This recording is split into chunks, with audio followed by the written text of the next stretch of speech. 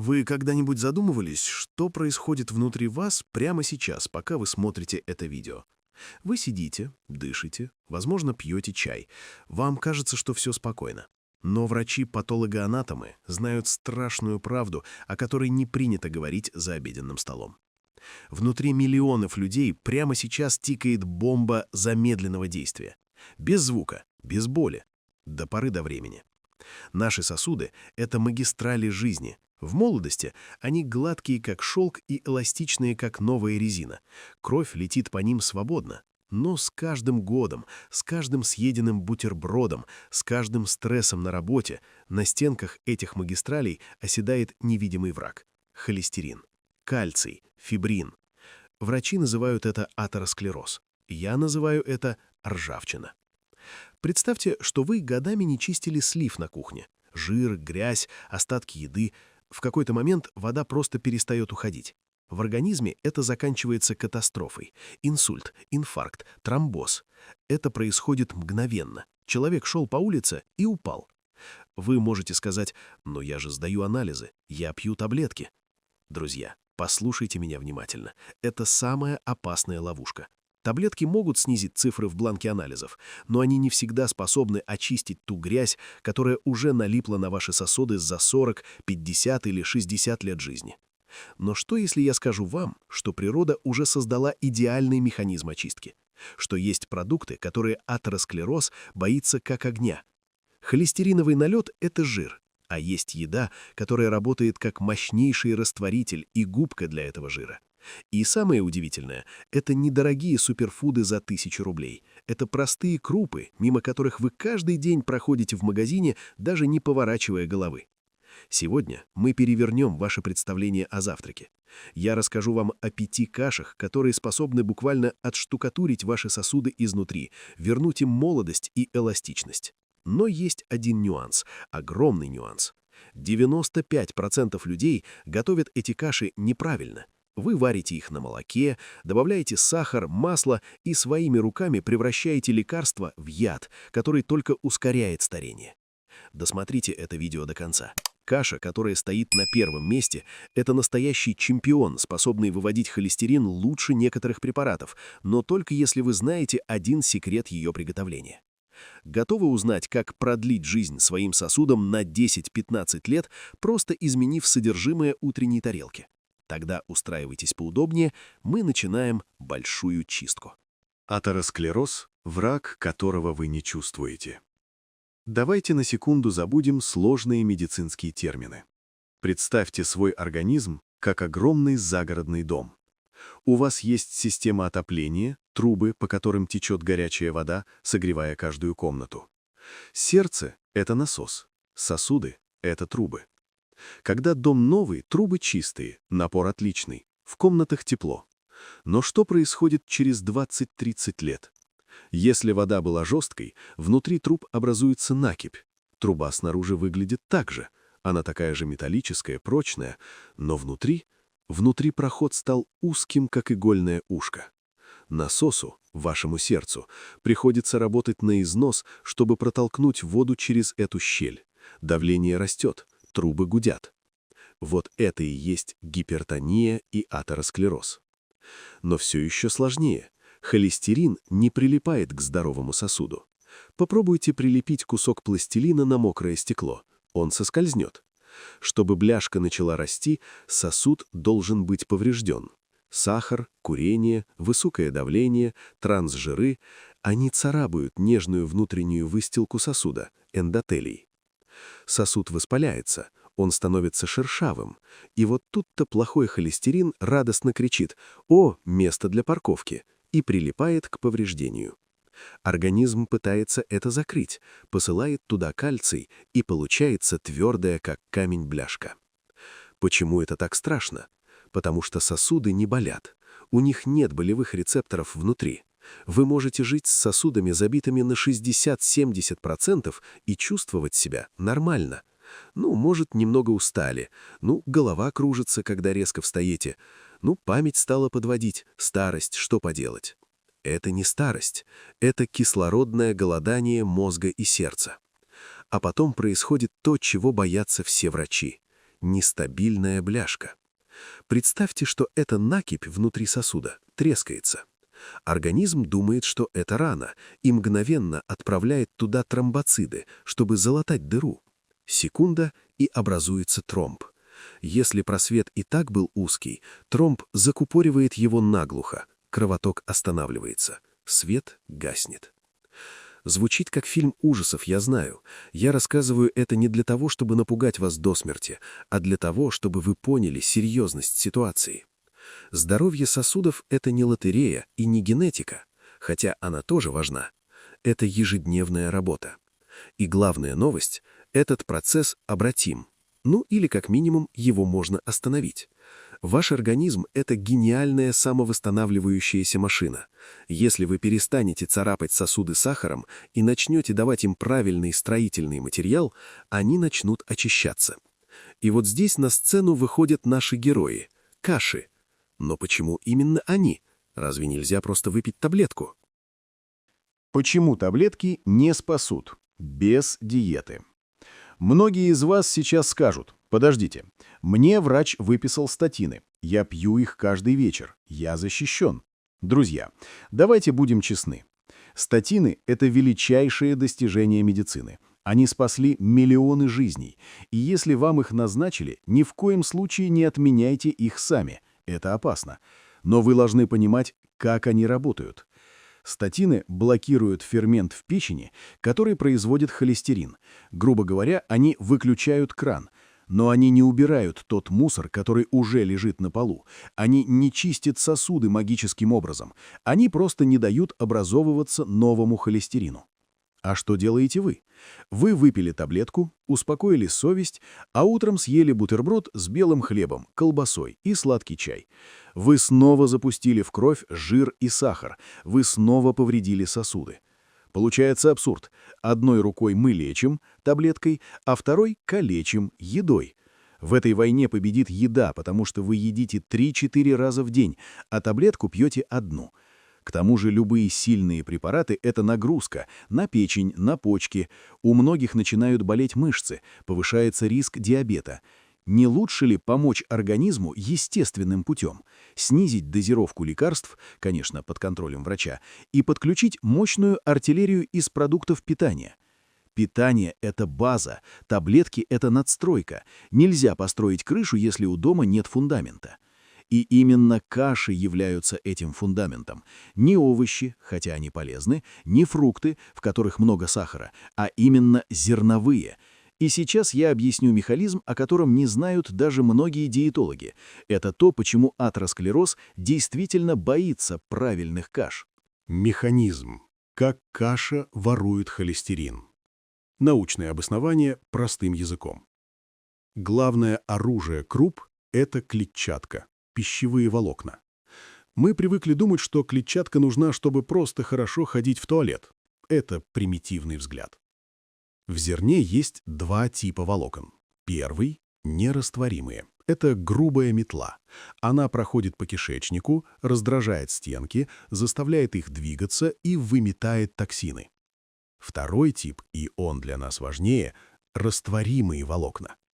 Смотрите, что происходит, когда вы съедаете правильную кашу. В желудке растворимые волокна смешиваются с водой и превращаются в гель, вязкую липкую массу, похожую на кисель. Этот гель спускается в кишечник, а там его ждет желчь.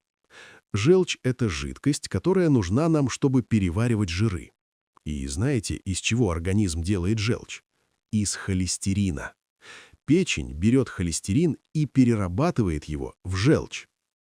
Обычно желчь отрабатывает свое и всасывается обратно в кровь. Это замкнутый цикл. Организм экономит. Но если вы съели кашу, липкий гель хватает желчные кислоты, связывает их и не отпускает. Он выводит их из организма естественным путем, через туалет. Что происходит дальше? Печень в панике. «Караул! У нас украли желчь! Чем мы будем переваривать обед? Срочно нужно делать новую партию». А из чего? Из холестерина. Печень начинает как пылесос вытягивать плохой холестерин из вашей крови, чтобы пустить его на производство новой желчи. Результат? уровень холестерина в крови падает. Сосуды очищаются, бляшкам просто не из чего строиться. Это гениально просто. Вы едите вкусную кашу, а внутри вас происходит генеральная уборка. Плюс зерновые богаты сложными углеводами. Они дают энергию медленно. Вы не хотите есть, вас не тянет на сладкое, а значит, уровень сахара в крови стабилен, и сосуды не царапаются. Но будьте осторожны, не все крупы одинаковы. Манная каша или белый рис – это пустышки. Они, наоборот, поднимут сахар и добавят вам веса. Нам нужны только цельные, мощные бойцы. Я отобрал для вас 5 лучших. Встречайте. Топ-5 каш. Детальный разбор. Основной блок с максимальной пользой, рецептами и ошибками. Номер 5. Кукурузная каша. Солнечное золото. На 5-м месте каша долгожителей. Кукурузная. Вспомните Кавказ, Молдову, Италию. Там традиционно едят мамалыгу или поленту. И там традиционно много людей, которые живут до 90-100 лет с ясным умом. В чем секрет? Кукурузная крупа содержит уникальные ненасыщенные жирные кислоты, которые помогают регулировать уровень холестерина.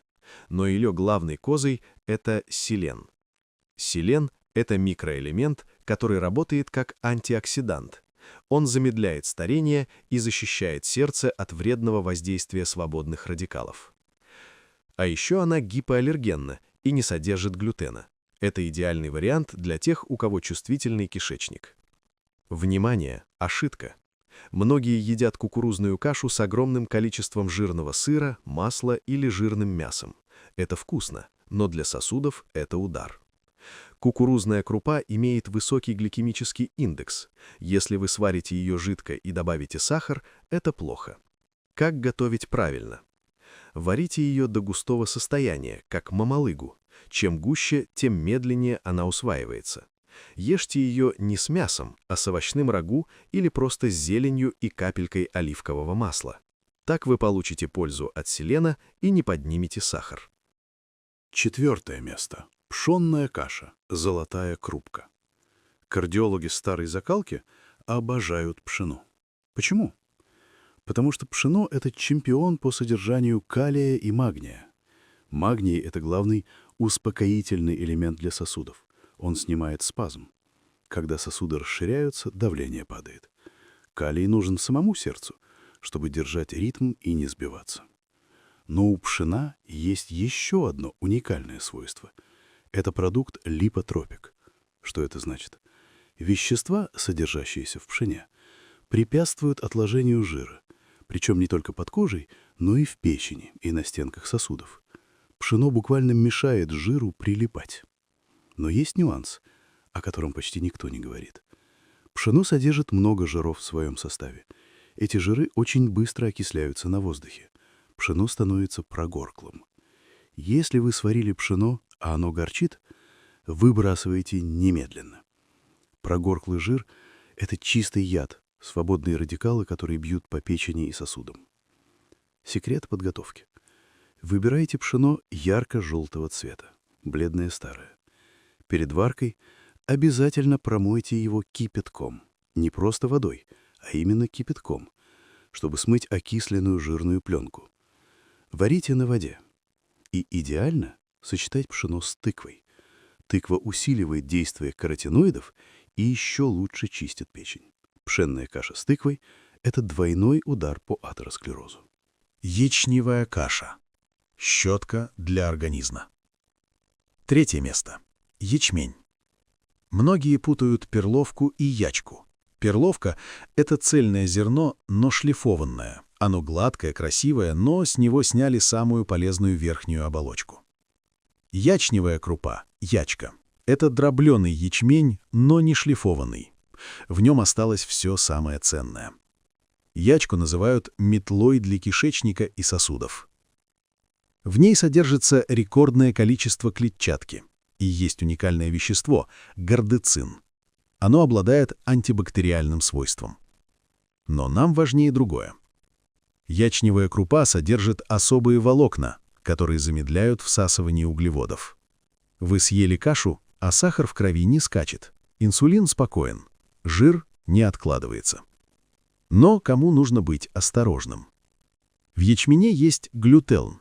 Если у вас целиакия, это не ваш вариант. Если у вас гастрит с высокой кислотностью, тоже аккуратно. Лучший рецепт. Ячневая каша грубовата, многие ее не любят. Секрет в том, чтобы запечь ее в горшочке. Залейте крупу водой 1:3, добавьте немного моркови и лука и поставьте в духовку на час. Она станет мягкой, томленой, ароматной. Это невероятно сытно и дешево. Второе место. Конечно, гречка. Наше национальное достояние. За границей ее продают в аптеках как БАД, а мы едим с молоком. Почему гречка так важна для сосудов? В ней содержится рутин, витамин R. Рутин – это лучший друг капилляров. Он укрепляет стенки мельчайших сосудов, делает их эластичными, снижает ломкость. Если у вас часто идет кровь из носа, появляются синяки без причины или есть сосудистые сеточки на ногах, вам жизненно необходима гречка. Плюс кверцетин – мощнейший антиоксидант, который борется с раковыми клетками и воспалением в сосудах. Фатальная ошибка. Вы покупаете коричневую гречку. Она уже была обжарена на заводе. Половина пользы убита температурой. Потом вы приносите ее домой и варите еще 20 минут. Рутин разрушается при термической обработке. Вы едите просто вкусную кашу, но лечебный эффект минимален. Как получить максимум? Вариант А. Попробуйте зеленую гречку. Это живое зерно. Она не имеет того самого запаха жареного. Она нежнее, с ореховым вкусом. Вариант Б. Если любите обычную, не варите гречку. С вечера промойте крупу, засыпьте в термос или кастрюлю, залейте крутым кипятком, 1 часть гречки на 2 части воды, добавьте соль, закройте и укутайте одеялом. К утру она впитает воду, разбухнет и будет рассыпчатой. При таком методе температура падает медленно, и рутин сохраняется гораздо лучше. Овес, но не тот, о котором вы подумали. Первое место – корой кардиологии – овес. Но, умоляю вас, забудьте про пакетики с надписью «Быстрая каша с клубникой», забудьте про хлопья экстра-помола, которые достаточно залить кипятком.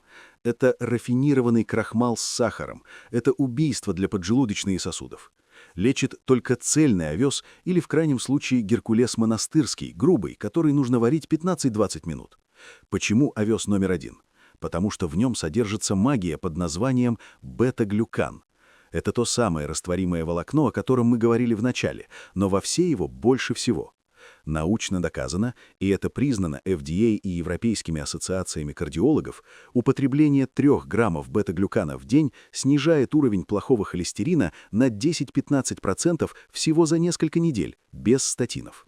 Бета-глюкан обволакивает стенки желудка, снимает воспаление, кормит полезную микрофлору. Главный секрет употребления – во всей есть фитиновая кислота, которая может мешать усвоению кальция. Чтобы ее нейтрализовать и активировать пользу, овес, особенно цельное зерно, нужно замачивать.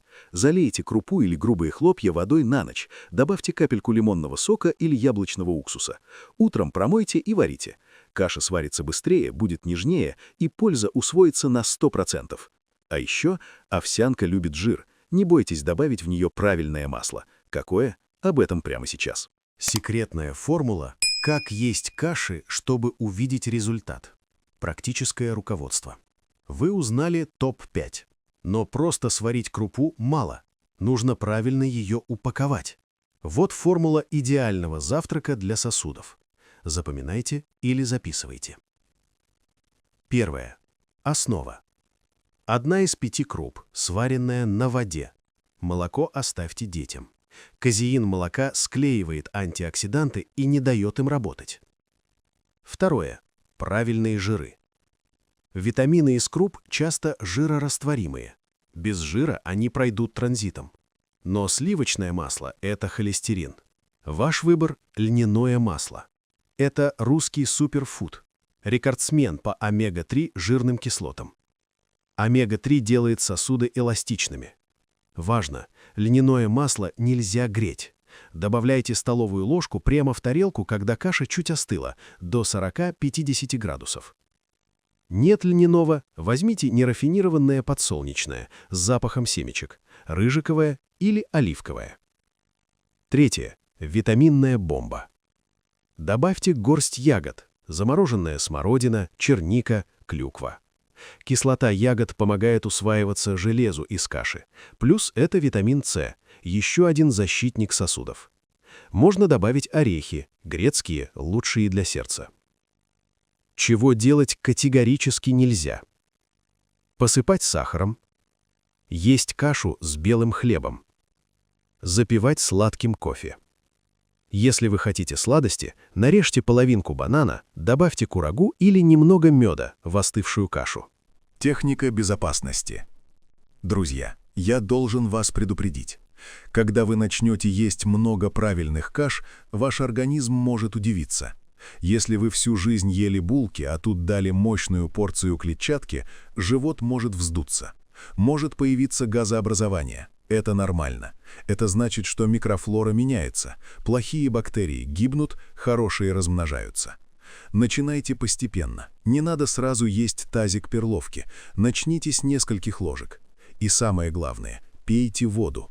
Клетчатка – это губка. Она впитывает воду. Если вы не пьете воду, губка станет сухой и застрянет. Привет, запор. Пейте стакан воды за 20 минут до каши и пейте в течение дня. И, конечно, если у вас есть серьезные заболевания ЖКТ, камни в желчном, проконсультируйтесь с врачом перед резкой сменой диеты. Ваш план на завтра.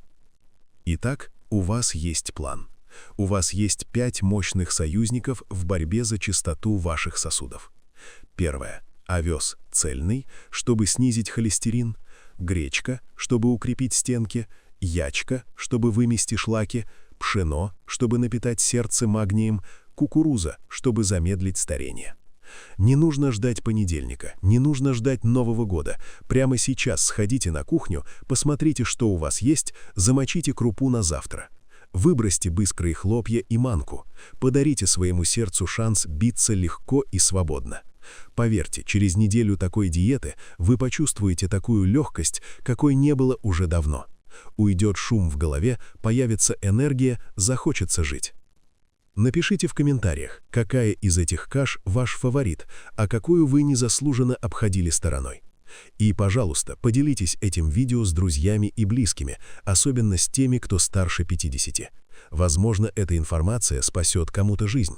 Подписывайтесь на канал, жмите на колокольчик, чтобы не пропустить следующие видео. Там мы поговорим о напитках, которые разжижают кровь лучше аспирина. Будьте здоровы, берегите себя и свои сосуды. До встречи!